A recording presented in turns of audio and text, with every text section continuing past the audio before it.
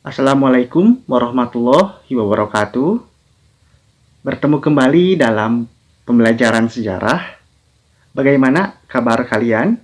Semoga kalian dalam kondisi sehat ya. Pada kesempatan kali ini akan dibahas mengenai materi kerajaan-kerajaan di Indonesia yang bercorak agama Hindu-Buddha. Telah kita ketahui bahwa negara Indonesia sebelum menjadi negara yang merdeka memiliki suatu sistem pemerintahan berupa sistem kerajaan-kerajaan dari setiap wilayah-wilayahnya. Yang akhirnya, sistem kerajaan itu dirubah dengan datangnya bangsa barat menjadi suatu sistem penjajahan. Melalui suatu perjuangan dari para pahlawan, sistem penjajahan itu bisa diakhiri dan membuat negara Indonesia itu menjadi negara yang merdeka. Nah, bagaimana informasi mengenai tentang sistem kerajaan-kerajaan yang ada di Indonesia tersebut dari setiap wilayah-wilayahnya, terutama yang bercorak agama Hindu-Buddha? Nah, nanti selengkapnya akan dibahas. Kerajaan yang pertama yang akan dibahas adalah kerajaan yang pertama kali berdiri bercorak agama Hindu, yaitu adalah Kerajaan Kutai. Untuk kehidupan politiknya, Kerajaan Kutai ini berdiri pada abad keempat Masehi. Awalnya itu adalah kerajaan kita ini adalah merupakan suatu perkumpulan dari orang-orang yang menganut agama Hindu di daerah Muarakaman, Kalimantan Timur, yang kemudian berkembang menjadi suatu kerajaan yang dipelopori awalnya itu oleh Kudunga, yang sekaligus Kudunga ini adalah raja pertama dari Kerajaan Kutai. Kerajaan Kutai mengalami suatu perkembangan yang sangat maju ketika dipimpin oleh Raja Mulawarman. Untuk kehidupan ekonominya, karena berada dekat dengan Sungai Mahakam, maka Kerajaan Kutai ini masyarakatnya bermata pencaharian sebagai di bidang pertanian dan juga peternakan. Ini dibuktikan juga dengan ditemukannya prasasti Kutai yang menjelaskan bahwa dulu pernah terjadi suatu upacara pemberian 20.000 ekor sapi kepada kaum Brahmana pada masa Raja Mulawarman. Dan juga ditemukannya arca-arca India itu menjelaskan bahwasanya dulu ada hubungan antara India dan juga Kerajaan Kutai. Berikutnya untuk budaya dari Kerajaan Kutai budayanya itu dipengaruhi oleh budaya dari India Selatan. Contohnya dengan adanya upacara Asmaweda yang merupakan upacara untuk menentukan batas kekuasaan wilayah dengan melepaskan seekor kuda. Kemudian ada juga upacara Fratyastoma yang merupakan upacara penyucian diri dalam agama Hindu. Nah, untuk peninggalan dari Kerajaan Kutai, yaitu yang pertama ada Prasasti Yupa yang berada di Muarakaman, yang intinya itu terdapat 7 isi, yang salah satunya itu adalah menjelaskan tentang letak dari Kerajaan Kutai, kemudian menceritakan tentang masa kemasan dari Raja Mulawarman, dan juga pendirian dari Kerajaan Kutai, serta kehidupan ekonomi maupun sosial dari Kerajaan Kutai. Dan berikutnya untuk peninggalan dari Kerajaan Kutai ada Arca Nandiswara. Untuk berikutnya adalah menjelaskan kerajaan yang berdiri pertama di daerah Jawa yang bercorak agama Hindu, yaitu adalah Kerajaan Tarumanegara. Kerajaan Tarumanegara untuk kehidupan politiknya, kerajaan ini berdiri pada abad ke-7 Masehi dan juga berada di daerah dua sungai, diapit oleh dua sungai, yaitu Sungai Cisadane dan juga Sungai Citarum.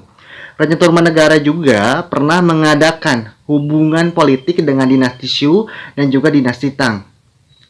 Menurut prasasti dari Pasir Muara menjelaskan bahwa Kerajaan Tarumanegara dulu pernah mengembalikan suatu kekuasaan kepada Kerajaan Sunda.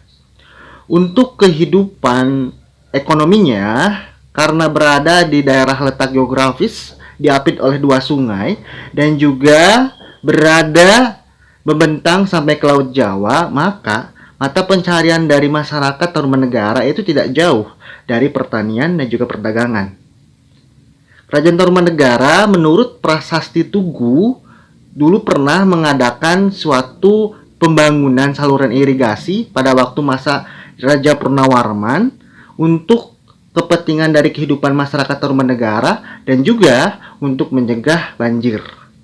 Berikutnya, untuk kehidupan budaya dari Kerajaan Tarumanegara itu tidak terlepas dari budaya agama Hindu. Misal dari mitologi dewa-dewanya, kemudian dari bahasa dan sastra, serta dari upacara keagamaannya. Ini sesuai dari prasasti kebun kopi yang menjelaskan terletak dua kaki telapak dari Gajah Airwata, yang merupakan Gajah Airwata ini adalah tunggangan dari Dewa Indra. Jadi termasuk dalam kategori mitologi dewa-dewa. Nah, juga dalam prasasti Tugu bahwa menjelaskan bahwa Kerajaan Tarumanegara ini sudah memiliki budaya yang tinggi dengan membangun saluran irigasi untuk kepentingan dari masyarakat Tarumanegara dan mencegah banjir. Kemudian untuk peninggalan-peninggalan dari Kerajaan Tarumanegara cukup banyak. Salah satunya ada prasasti Kebun Kopi, prasasti Jambu, prasasti Muara Cianten, prasasti Cidanghiang, prasasti Ciaruten, prasasti Pasirawi, dan masih banyak lagi. Berikutnya adalah kerajaan yang pertama yang berdiri yang bercorak agama Buddha, yaitu adalah Kerajaan Sriwijaya. Kerajaan Sriwijaya ini untuk kehidupan politiknya, kerajaan ini berdiri pada akhir abad ke-7 Masehi yang berada letaknya di daerah Palembang. Menurut prasasti Kota Kapur dan juga prasasti Telaga Batu, bahwa Kerajaan Sriwijaya untuk mengatur rakyatnya supaya taat kepada raja adalah dengan membuat suatu kutukan kepada rakyat yang tidak taat kepada kerajaan. Sesuai dengan prasasti dari Kedukan Bukit menjelaskan bahwa Kerajaan Sriwijaya ini sering menaklukkan wilayah-wilayah lain, terutama lewat peran dari Dapunda Yang Srijayanegara yang merupakan pendiri dari Kerajaan Sriwijaya. Dan pada masa pemerintahan Dapunda Yang Srijayanegara, Kerajaan Sriwijaya ini mengadakan hubungan dengan India dan juga Cina.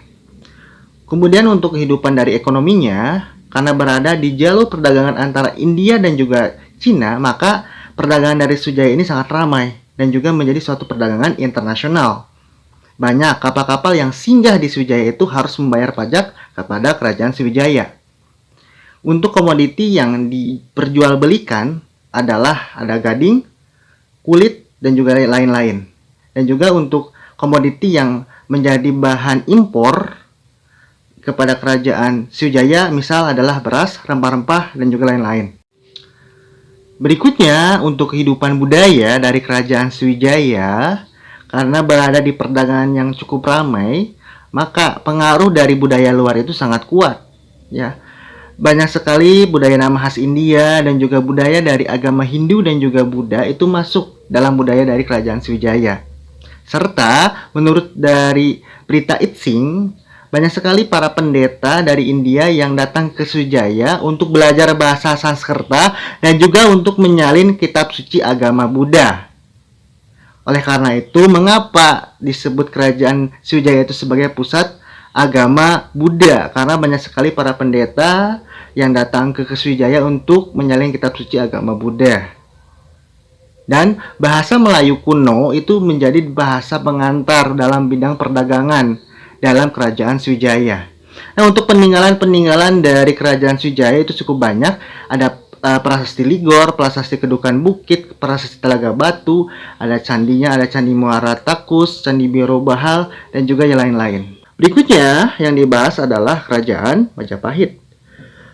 Untuk kehidupan politik dari Kerajaan Majapahit, kerajaan ini didirikan oleh Raden Wijaya setelah runtuhnya Kerajaan Singasari. Untuk pemerintahannya dipimpin oleh seorang raja, dan seorang raja itu dalam memenuhi tugasnya itu dibantu oleh suatu pejabat birokrasi atau mungkin sekarang disebut dengan menteri, terutama dalam memenuhi tugasnya dalam berbagai bidang. Misal dalam bidang agama itu dibantu oleh seseorang yang disebut dengan Dharma Upapati, dalam bidang hukum itu dibantu oleh Dharma Diaksa. Kerajaan Majapahit mengalami suatu perkembangan terutama dalam wilayah kekuasaan ketika munculnya Sumpah Palapa yang diucapkan oleh Patih Gajah Mada pada masa pemerintahan Hayam Wuruk.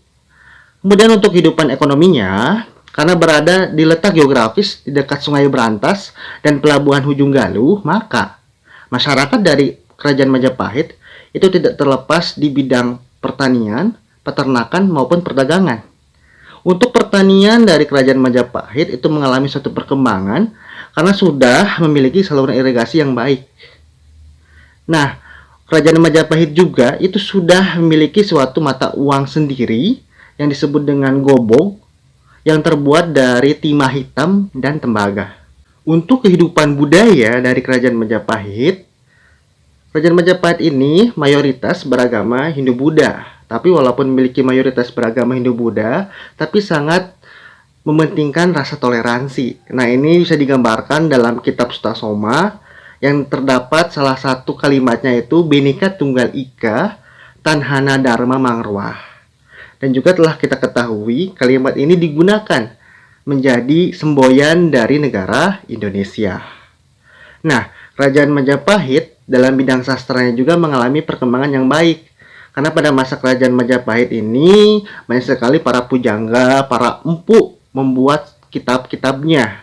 Contohnya ada kitab Negara Kertagama, kitab Arjuna Wijaya, dan juga ada kitab Sutasoma. Dan juga ada kitab-kitab yang lainnya dan juga masih banyak. Untuk peninggalan-peninggalan dari Kerajaan Majapahit itu sangat banyak ya. Ada situs Trowulan, ada Candi Ceto, ada Gapura Bajang Ratu, ya. Ada Candi Sukuh, dan juga masih banyak lagi peninggalan-peninggalan dari Kerajaan Majapahit. Nah, itu tadi penjelasan materi mengenai kerajaan-kerajaan Hindu-Buddha di Indonesia. Semoga penjelasan yang sudah dijelaskan bisa bermanfaat buat kalian. Mungkin itu cukup sekian, dan wassalamualaikum warahmatullahi wabarakatuh.